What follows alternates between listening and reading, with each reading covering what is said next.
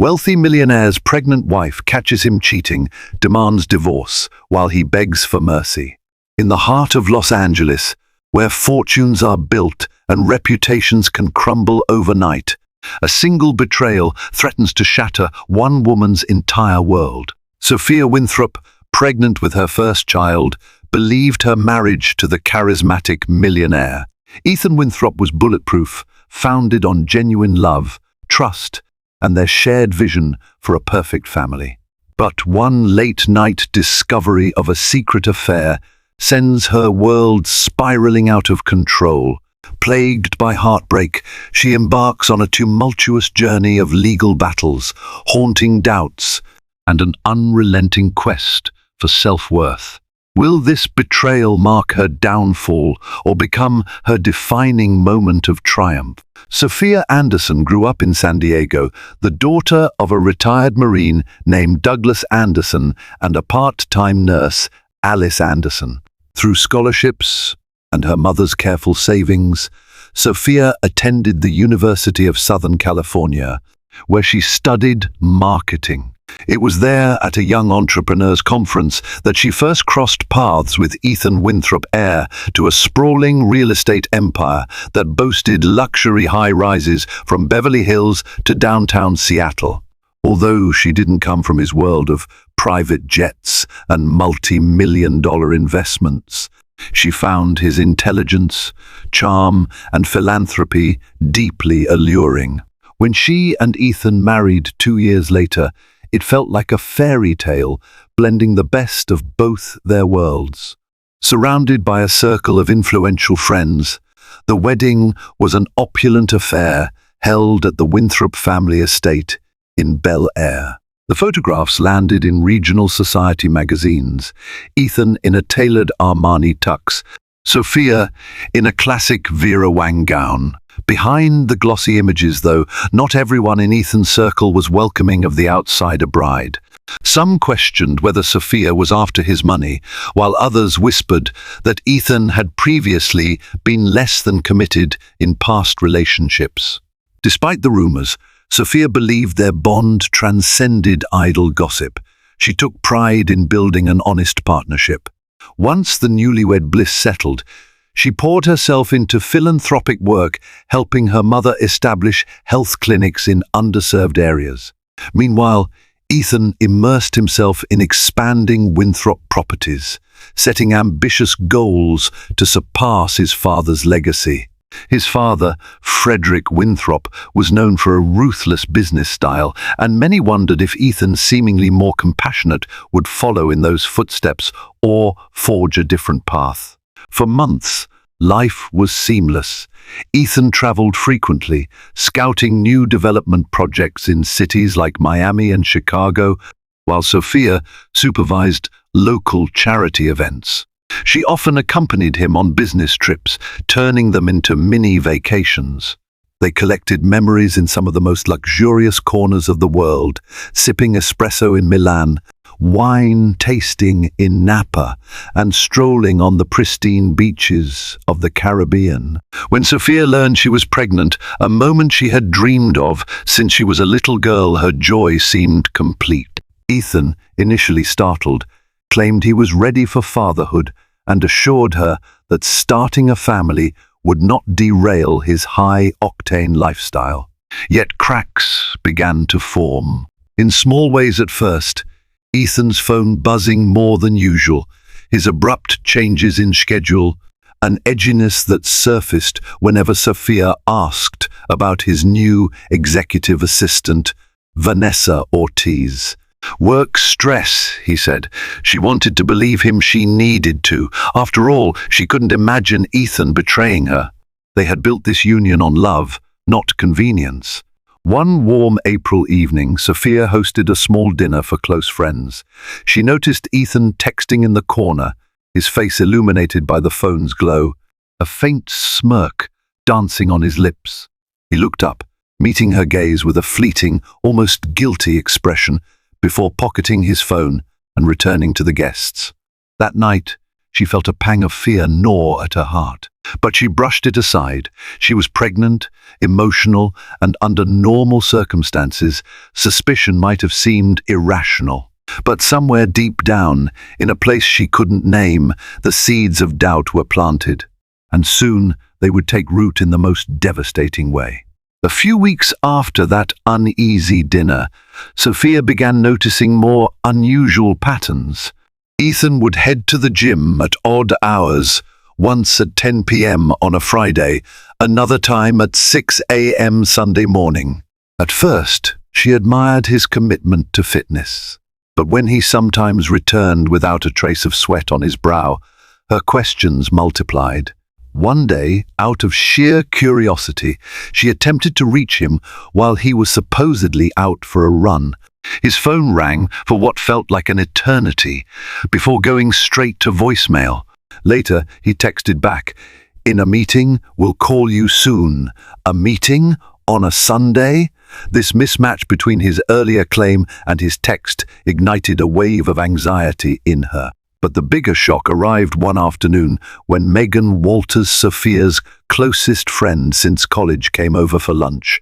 Megan was a marketing consultant and frequently worked with wealthy clients. She casually asked, "Hey, how's Ethan's new assistant working out? I ran into a friend who mentioned seeing them at a rooftop bar last Tuesday night." Sophia paused, her fork hovering mid-air. "Rooftop bar? Last Tuesday, Ethan told me he was at a late meeting with the City Planning Commission." Megan's expression shifted. Maybe there was a post-meeting gathering, or it could be innocent. But my friend said they looked friendly. Sophia tried to maintain her composure, but inside, dread unfurled like a dark banner. She tried to rationalize it. Could it be a business social? Networking events sometimes took place in chic locales, but the swirling rumors about Vanessa Ortiz, whom others described as stunning, ambitious, and flirtatious, struck her with more force than she cared to admit. That very evening, Ethan claimed another late-night meeting. Sophia pretended to be asleep when he finally came home, the clock reading well past midnight. Normally, he would kiss her forehead gently, whisper that he loved her. Tonight, he showered quickly and slipped into bed. As he drifted off, she heard his phone vibrate with a text.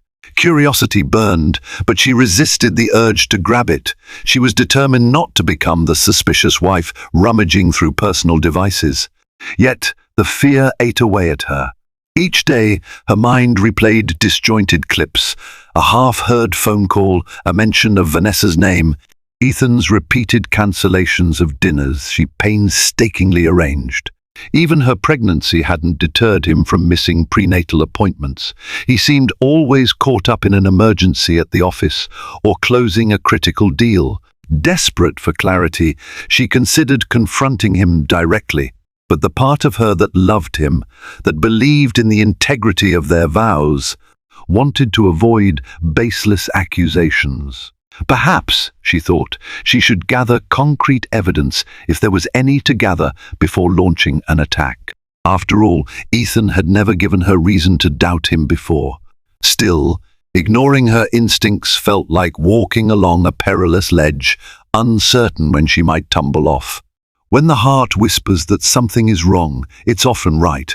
The question that plagued her was how far she was willing to go to uncover the truth, and whether she could handle the fallout once she did.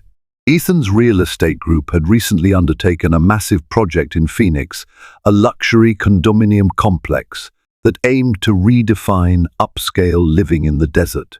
The groundbreaking ceremony was planned for a Thursday afternoon, and Ethan invited Sophia to join him. However, just a day before departure, he backtracked, claiming there was a limit on who could travel on the corporate jet. Apologizing profusely, he reassured her that they would take a baby moon soon. Sophia, though disappointed, shrugged it off until Megan called with startling news. "Hey, I was just going through some pictures on social media," Megan said breathlessly. "One of my acquaintances at the Phoenix event posted photos. It looks like Ethan is there with Vanessa." Sophia felt her pulse racing. What? What kind of photos? They're in group shots, but they're standing awfully close. And there's one where it looks like Ethan's got an arm around her waist. Could be innocent, but, it's weird he didn't mention her traveling too. Sophia's blood went cold. She swallowed the lump in her throat, trying to remain calm. That evening, she texted Ethan, inquiring politely about how the trip was going. His replies were brief and vague. Good. Busy day. We'll call you. Then nothing. Hours passed without a call. It was nearly midnight when her phone finally buzzed. She answered, only to hear background noise, laughter, clinking glasses, and music. Ethan said he was winding down after a networking dinner, but his voice sounded slurred, more casual than usual. Vanessa's name never came up. Sophia could not shake the feeling of betrayal. She resolved to get answers once he returned. What she never expected was that the truth would reveal itself in the most humiliating and heartbreaking manner possible. 2 days later, Ethan returned from Phoenix, breezing into their Bel Air mansion like nothing was amiss.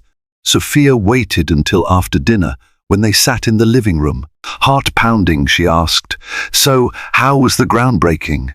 Megan said she saw pictures of you and Vanessa there." He stiffened slightly, yet managed a cool smile.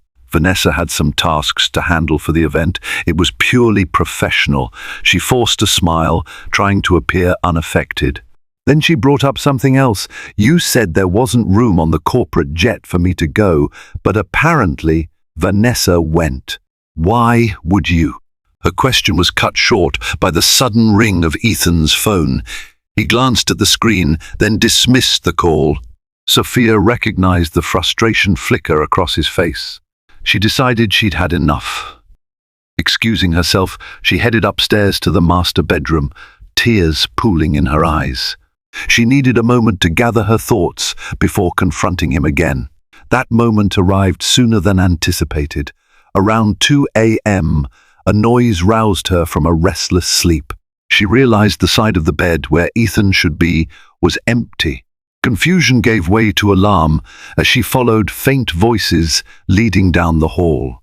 She inched toward Ethan's home office door, which was ajar, and what she saw next felt like an iron dagger piercing her heart. Ethan was there, his arms around a woman with long dark hair and an unmistakable figure, Vanessa Ortiz. Their bodies were pressed close, lips locked in a desperate, feverish kiss. The overhead light reflected off the tears of betrayal that instantly sprang to Sophia's eyes. For a second, she stood frozen, not wanting to believe the scene unfolding before her. Vanessa noticed her first, gasping and stepping back. Ethan whipped around, eyes widening in horror. "Sophia," he began, but she was already running away, the world spinning as she tried to make sense of the betrayal, adrenaline surging through her veins. Her heart pounded like thunder as she made it to the bedroom. Ethan, stumbling after her, grabbed her arm. "Please, Sophia, wait, let me explain." She shook him off, fury and heartbreak twisting her features. "Explain what?" she demanded, voice trembling. "That you lied and cheated while I'm carrying your child." Tears burned her eyes as she pressed a protective hand over her stomach. All the suspicion, the worry, the seeds of doubt she had tried so hard to suppress were laid bare. The harsh, undeniable truth was now staring her in the face. And everything she believed about her fairy tale marriage lay shattered like glass at her feet. In the immediate aftermath of discovery, Sophia locked herself in the master bedroom, ignoring Ethan's frantic knocks and pleas. Through the door, he insisted the affair was a recent lapse in judgment, not a long-term relationship. Vanessa, he claimed, was just a fling, someone he turned to during a spell of business stress. But Sophia's sobs drowned out his excuses. She felt physically ill, her stomach twisting not only with morning sickness, but with the emotional devastation that threatened to consume her. Eventually, she heard Ethan retreat down the hall. Sleep was impossible. She sat against the bedroom wall, tear-streaked cheeks pressed to her knees, wondering how everything had spiraled so far from the marriage she once cherished. Was this a reflection of her own naivety? Had she ignored the red flags because she was afraid of losing the man she loved? When dawn broke, she finally emerged. She found Ethan in the living room, disheveled, eyes rimmed with exhaustion. He rushed over, voice pleading. "Sophia, I swear it meant nothing. It was just physical. I was under a lot of pressure," she cut him off, raising a trembling hand. "Stop! Don't insult me with excuses." He tried to approach her, but she held her ground. "You lied to me. You betrayed my trust. And you did it while I'm pregnant with your child." His face contorted in guilt, and tears gathered in his eyes. "I love you, Sophia. I know I messed up, but please let me fix this." She stared at him, recalling the countless nights she had prayed for him to come home earlier, the dinners she cooked, the phone calls he ignored, and the swirling rumors she had dismissed. Something snapped within her. "You cheated. You brought that woman into our home. I can't even look at you right now." Without waiting for his response, she turned on her heel and walked away, grabbing her purse and phone.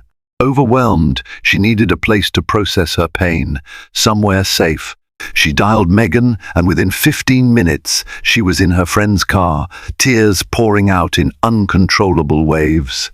Megan guided her to a modest hotel in West Hollywood, far from the glitz and glamour of Bel Air. There, away from the prying eyes of the Winthrop Circle, Sophia broke down completely. She called her mother, Alice Anderson, who nearly burst into tears herself upon hearing the news. "Sophia, I'm on my way up. Don't do anything rash, sweetheart," her mother pleaded. But rash felt like a mild term for how Sophia felt. Her heart, once bursting with love, now overflowed with rage, betrayal, and a profound sadness that she couldn't articulate. She remembered reading about scorned wives who inflicted revenge by going public or destroying their cheating spouse's prized possessions. But such acts seemed beneath her. Her priority was her unborn child, whom she vowed to protect at all costs. She resolved that the first step in that protection would be leaving Ethan for good. That night, alone in the quiet hotel room, she stared at her reflection in the mirror, a woman who was no longer naive, no longer starry-eyed, and no longer patient. Her illusions about marriage and trust had been shattered beyond repair. In a moment of clarity, she made a single phone call to Anna Friedman, a well-known divorce attorney in Beverly Hills. She left a voicemail outlining her situation, concluding with a broken whisper, "I need help." And in that moment, she felt a spark of something she hadn't felt since discovering Ethan's affair, a faint sense of power. She was determined to fight for herself and her child, even if it meant dismantling the life she had spent years building with the man she thought she knew best. The next morning, Anna Friedman called Sophia back promptly. Their conversation was brief yet laden with tension. Anna, known for her relentless representation of high-profile women in Hollywood divorces, assured Sophia that she could guide her through the complexities of parting ways with a wealthy, influential spouse. Encouraged by Anna's confidence, Sophia resolved to serve Ethan with divorce papers. She wanted no illusions of reconciliation, no half-hearted attempts at marriage counseling. Maybe she would regret not exploring therapy, but the betrayal felt too visceral, too raw.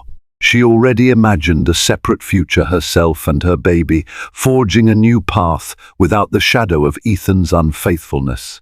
That afternoon, she gathered her courage and called him. He picked up on the first ring. "Sophia," he began, voice trembling, "thank God, I've been calling and texting. Are you okay?" "Don't act like you care about my well-being," she said, a bitter edge creeping into her tone. "I've decided to file for divorce. I'll send the papers through my lawyer." Silence weighed heavily on the line. After several seconds, he spoke, voice cracking. "Sophia, please. Don't do this. I know I messed up, but I messed up, she echoed, incredulous. You destroyed our marriage, Ethan. There's nothing left to salvage. He begged, pleaded, and tried to explain once more, but she remained unmoved. Finally, she ended the call, her decision bolstered by the finality of her words. Yet, a wave of guilt swelled within her. She remembered the hopeful smiles they once exchanged, the plans for their child's nursery, the honeymoon nights that were filled with laughter. How had they fallen so far, so fast? 2 days later, the divorce papers were served to Ethan at his office, a pristine skyscraper in downtown Los Angeles known as Winthrop Tower. The news spread rapidly among the staff. Employees spoke in hushed whispers, and a few loyal aides attempted to shield Ethan from the ensuing gossip.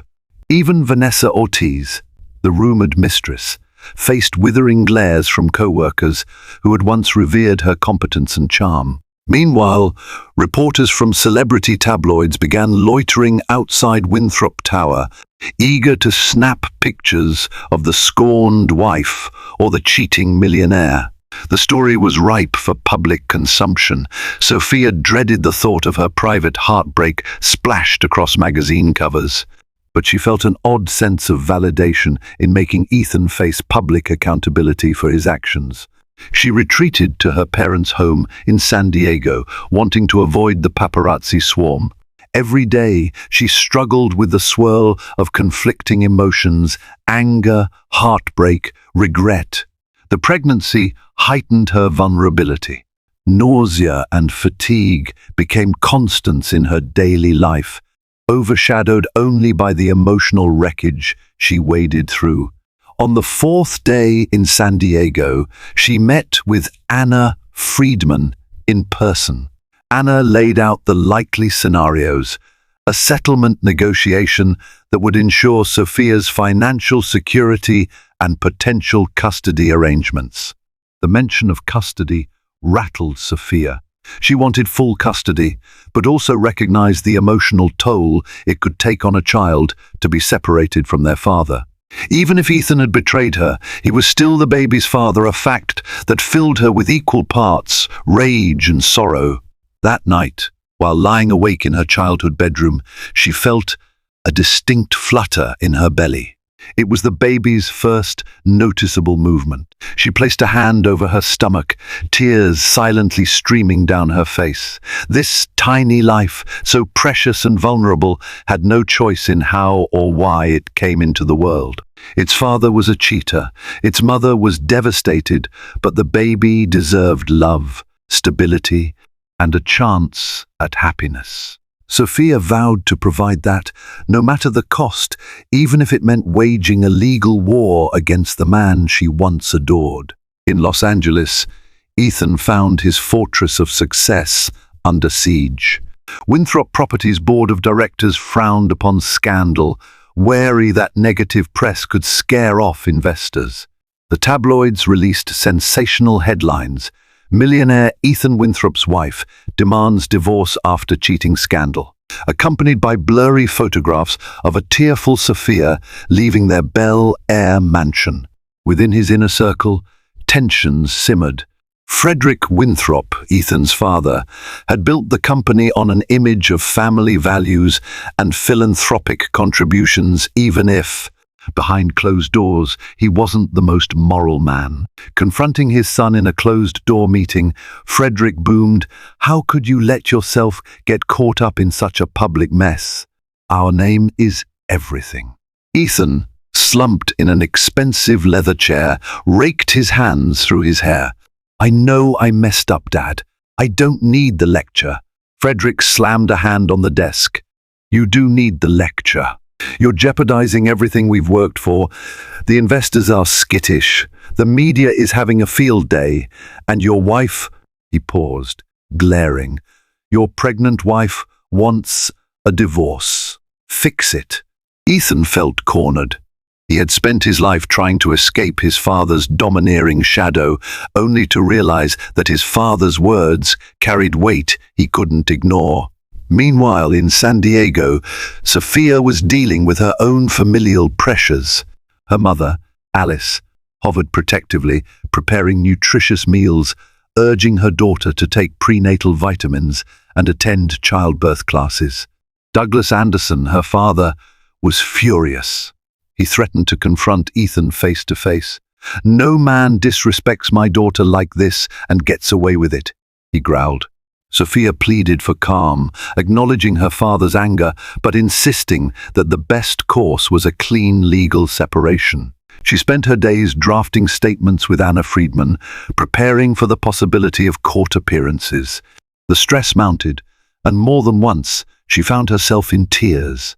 She experienced restless nights, worried about the effect of her anxiety on the baby's health. Her friend Megan visited regularly, offering both emotional support and a semblance of normalcy. "You'll get through this," Megan assured her over decaf lattes. "And you'll be stronger for it, trust me." Yet, the question that haunted Sophia was not about survival. It was about whether she could truly rebuild her heart after such betrayal. A week passed, and an unexpected phone call arrived at the Anderson home. "It's Ethan," Alice whispered, handing the phone to Sophia.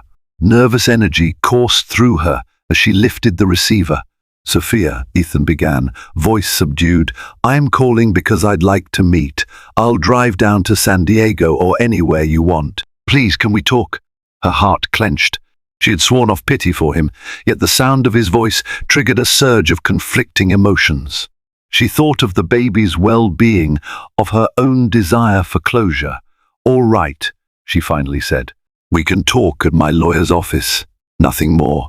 He hesitated, perhaps hoping for a more personal setting, but reluctantly agreed. As soon as she hung up, her hands trembled. She questioned whether she was truly prepared to face him, to hear his defenses and apologies.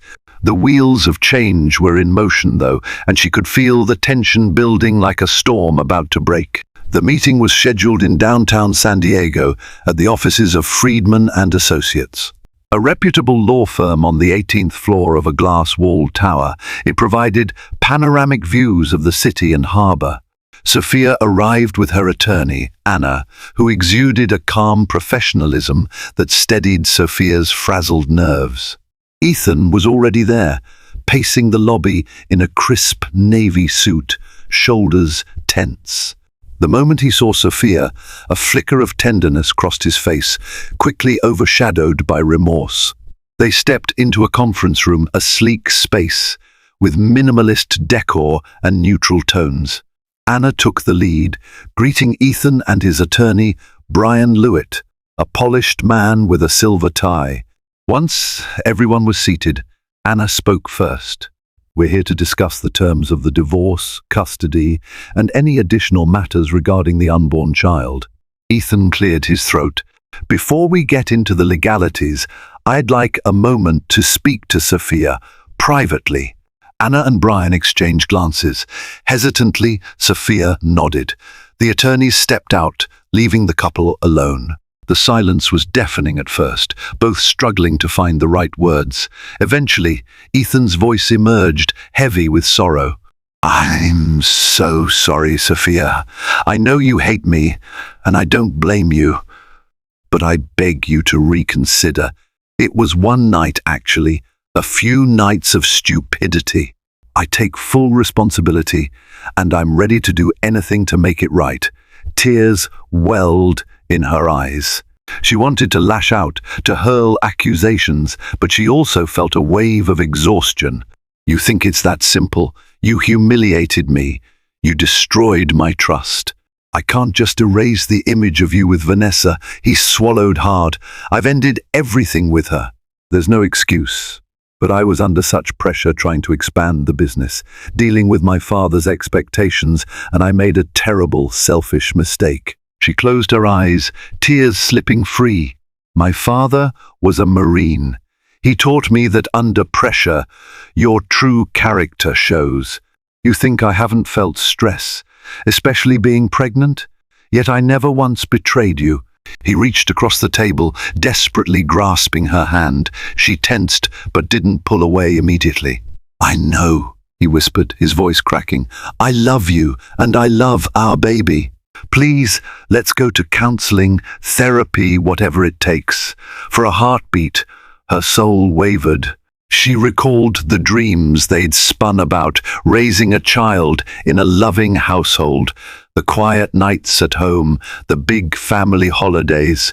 Part of her yearned to salvage that, but the memory of him with Vanessa cut deeper than she ever thought possible.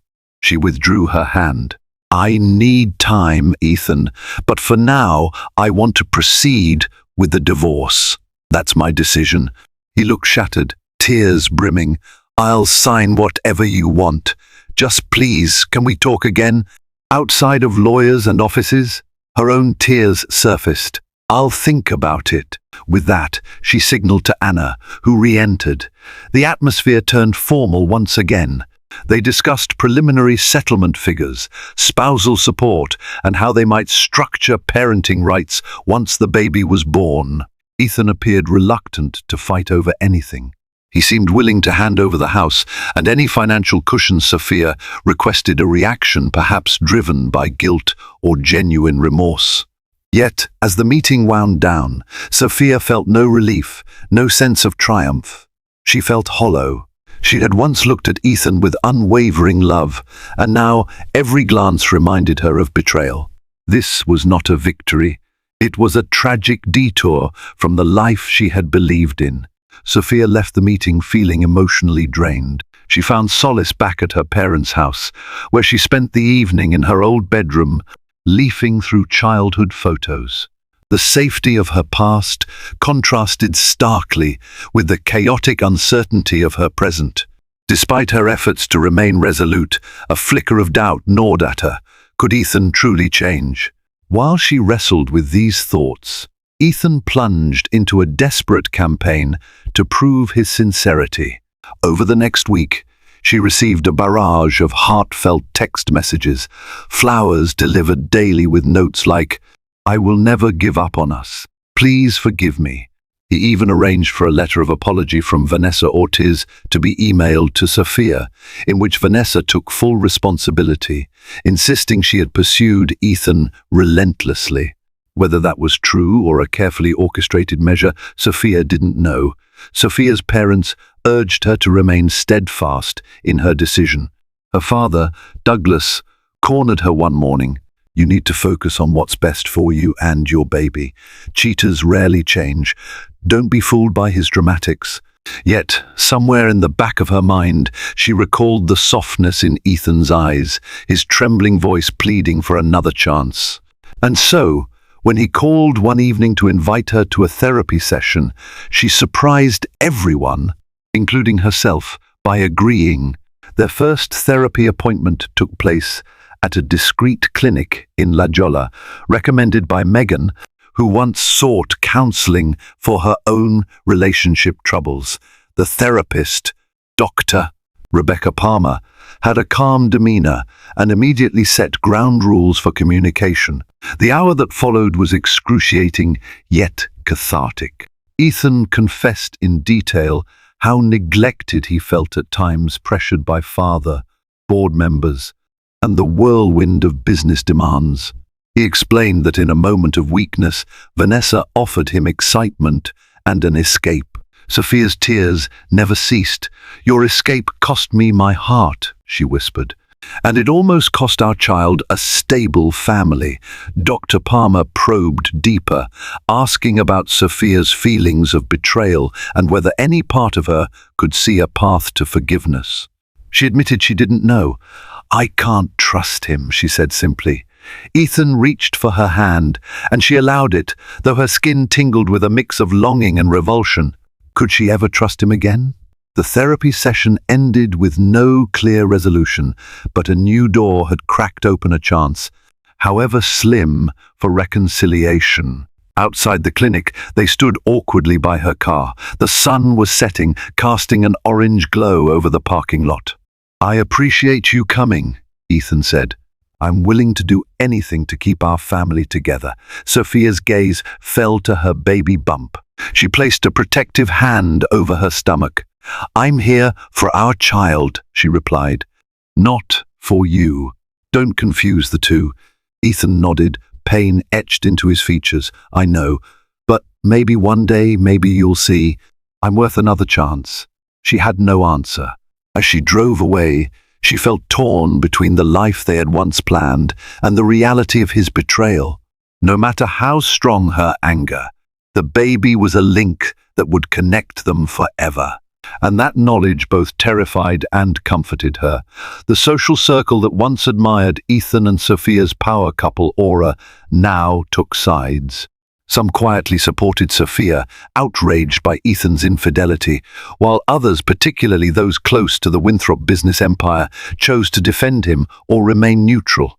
Friends who used to swarm them at lavish parties or weekend getaways disappeared, fearing the slightest association would thrust them into the scandal.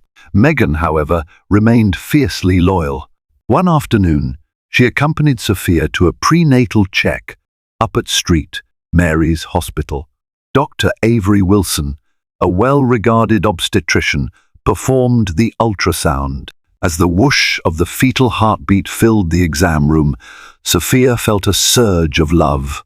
This baby, so innocent and unformed, was the only certainty in her chaotic world. A healthy heartbeat, Doctor, Wilson said, smiling. Everything looks good for your gestational age, though I do recommend continued stress management. We don't want your blood pressure spiking. Sophia nodded, though she knew stress relief was easier said than done. Outside, in the corridor, Megan squeezed her hand. You have a beautiful baby on the way. Don't let Ethan or anyone else destroy that joy.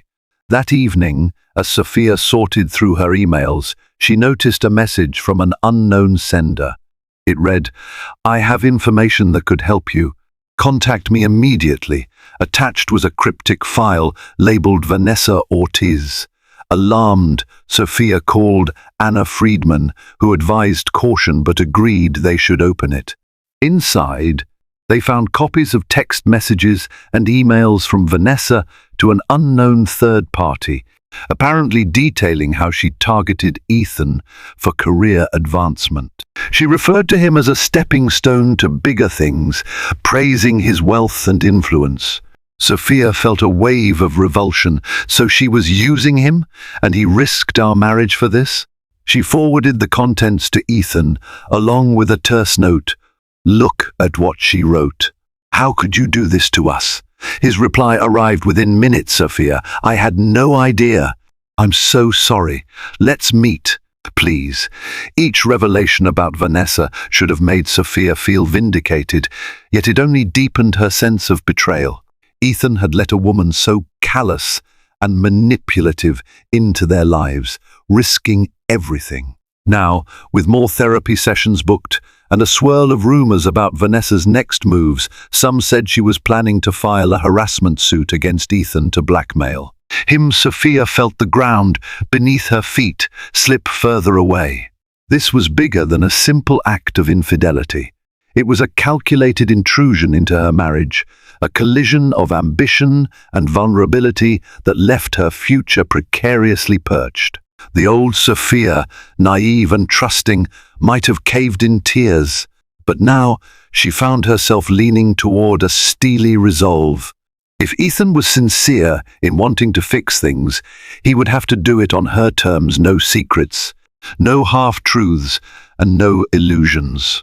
The news about Vanessa's potential legal action against Ethan ignited a new wave of scandal. She alleged that he had made unprofessional advances, flipping the narrative to paint herself as a victim, while many in Ethan's circle dismissed this as a desperate ploy to save her reputation. The whisper of a #MeToo-like scenario threatened to engulf Winthrop Properties in a firestorm of bad publicity. Ethan's father, Frederick, stepped in forcefully. We can't have this smear on our family. Settle with her, discreetly. Do whatever it takes to make it go away, he barked at Ethan. But Ethan resisted. I won't pay hush money for something that's a lie. She pursued me, not the other way around. Frederick shook his head, disgusted. Your pride has already done enough damage. Handle it, or I will. Caught in the crossfire, Sophia watched from a distance, her immediate focus still on the impending divorce and her baby's well-being. Yet, seeing Ethan stand firm against his father for once sparked a flicker of admiration. Perhaps he was not as spineless under pressure as she had feared, though she didn't let that thought overshadow the hurt he had caused. 2 more therapy sessions came and went. In each, Ethan bared more of his soul, recounting childhood struggles with an overbearing father and a mother who often turned a blind eye to family issues.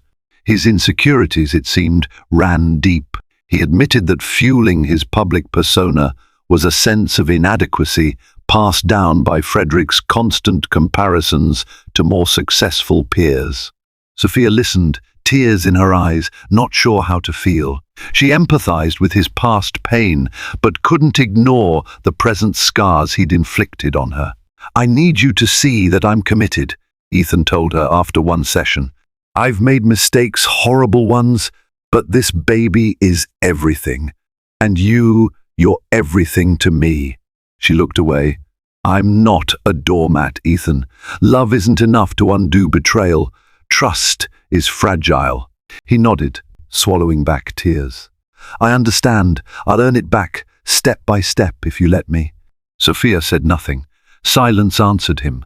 Meanwhile, Anna Friedman urged Sophia to finalize the divorce settlement. "Every day you delay, you risk additional complications with his father or a potential lawsuit from Vanessa. We can secure a more favorable outcome if we act now." But Sophia hesitated. Each time she signed a document, a piece of her sank under the weight of what she was destroying. She was pregnant, alone, and terrified of what a single parent's life might look like. Could she handle the emotional and financial responsibilities that came with raising a child without a partner? Yes, she was entitled to substantial support from Ethan, but money was hardly the primary concern. The heartbreak of losing the man she once considered her soulmate persisted, a dull ache in the background of every decision. Late one night, she stared at the settlement papers on her desk. Tears blurred her vision. She had never felt so uncertain. Her father, a stoic man, found her there and gently placed a hand on her shoulder. "Whatever you decide, you'll have us," he said quietly. "You're not alone." She nodded, but the words that stayed with her belonged to Megan. "Sometimes you have to burn the past to the ground to build a brighter future." Sophia wondered if the flames from that burn would ever truly subside, or if they would leave her with scars too deep to heal. Vanessa's threats escalated. She toyed with the media, hinting at revealing text messages and photos that would confirm her version of events. Ethan's legal team scrambled to respond, demanding proof or an official complaint. Tension soared, with Frederick repeatedly urging Ethan to settle quietly. But Ethan refused, citing a moral stand he'd never before displayed so publicly. "I won't pay off someone who's lying just to protect the company," he declared. This uncharacteristic resolve brought him to an emotional crossroads. If he was going to stand for truth against Vanessa's manipulations, perhaps he should also stand for truth in his personal life: honesty, loyalty, genuine change. In one final attempt to salvage his marriage, Ethan made a grand gesture. He invited Sophia to dinner at a secluded beach house in Malibu owned by a mutual friend, Peter Carlson, who agreed to lend it out for the evening. Initially, Sophia refused, but after some pleading and assurance that there would be no paparazzi, she relented. Curiosity, or perhaps the faint ember of longing, propelled her. The drive down the Pacific Coast Highway at sunset was surreal. She remembered the countless road trips they had taken, the laughter, the playlists they sang along to. Now, she drove alone, heavier with pregnancy, heavier with heartbreak. Upon arriving at the beach house, she found Ethan waiting on the deck. Simple fairy lights glowed around an intimate table. The sound of crashing waves filled the cool night air. When she stepped onto the sand, her breath caught. Memories flooded her romantic walks on the beach, stolen kisses under the moonlit sky, when they were still newlyweds. "I know this doesn't fix anything," Ethan began softly, "but I wanted to remind you of how we once were." Sophia's eyes glistened with tears she couldn't quite suppress. They sat down to dinner, a modest meal of grilled fish and vegetables he'd personally prepared. Throughout the evening, Ethan poured out his heart, admitting his failings and acknowledging that redemption would not come quickly, or maybe not at all. She listened, occasionally wiping her eyes, lost in a swirl of emotions. "It's hard to hear you say all the right things now," she murmured, "when you said nothing to stop yourself from cheating before." He looked anguished. "I'm not that man anymore, or I'm trying not to be. I can't force you to believe me, but I'm begging you, for the sake of our child, to consider letting me be the husband and father you deserve." Before she could reply, a sharp pain tugged at her abdomen. Alarmed, she clutched her stomach, her face going pale. Ethan sprang to her side, concern etched into every line of his face. "What's wrong?" Her breathing became labored. I think it's just stress, but oh God, it hurts." Panic flared in Ethan's eyes. He scooped her into his arms and drove her to a nearby hospital, ignoring traffic rules. The entire ride, her tears mingled with fear as she worried something might be wrong with the baby. At the emergency room, doctors ran tests and monitored her vitals. Fortunately, the baby's heartbeat was strong and the pain subsided. Dr. Wilson, who had traveled from San Diego to Los Angeles for a conference, happened to be on call. She advised Sophia to reduce stress and recommended bed rest for the coming week. The near scare jolted Sophia and Ethan both. For the first time since the affair, they held each other with mutual fear for their unborn child's safety. In that moment, under the fluorescent hospital lights, the magnitude of their situation crystallized. Their choices would impact not just themselves, but a little life depending on them. It was a turning point, an acknowledgement that something had to change, and soon. The hospital incident became a clarion call for Sophia. She returned to her parents' home to rest, re-evaluating every aspect of her life. The divorce papers lay unsigned on her nightstand. Ethan's heartfelt letters, texts, and therapy session notes cluttered the bedside table. The child in her womb kicked and fluttered, as if urging her to choose carefully. Within a few days, Vanessa Ortiz abruptly dropped her legal threats, rumored to be due to lack of solid evidence. Freed from that burden, Ethan focused single-mindedly on saving his marriage. He showed up unannounced one afternoon with a basket of fresh groceries, offering to cook healthy meals for Sophia.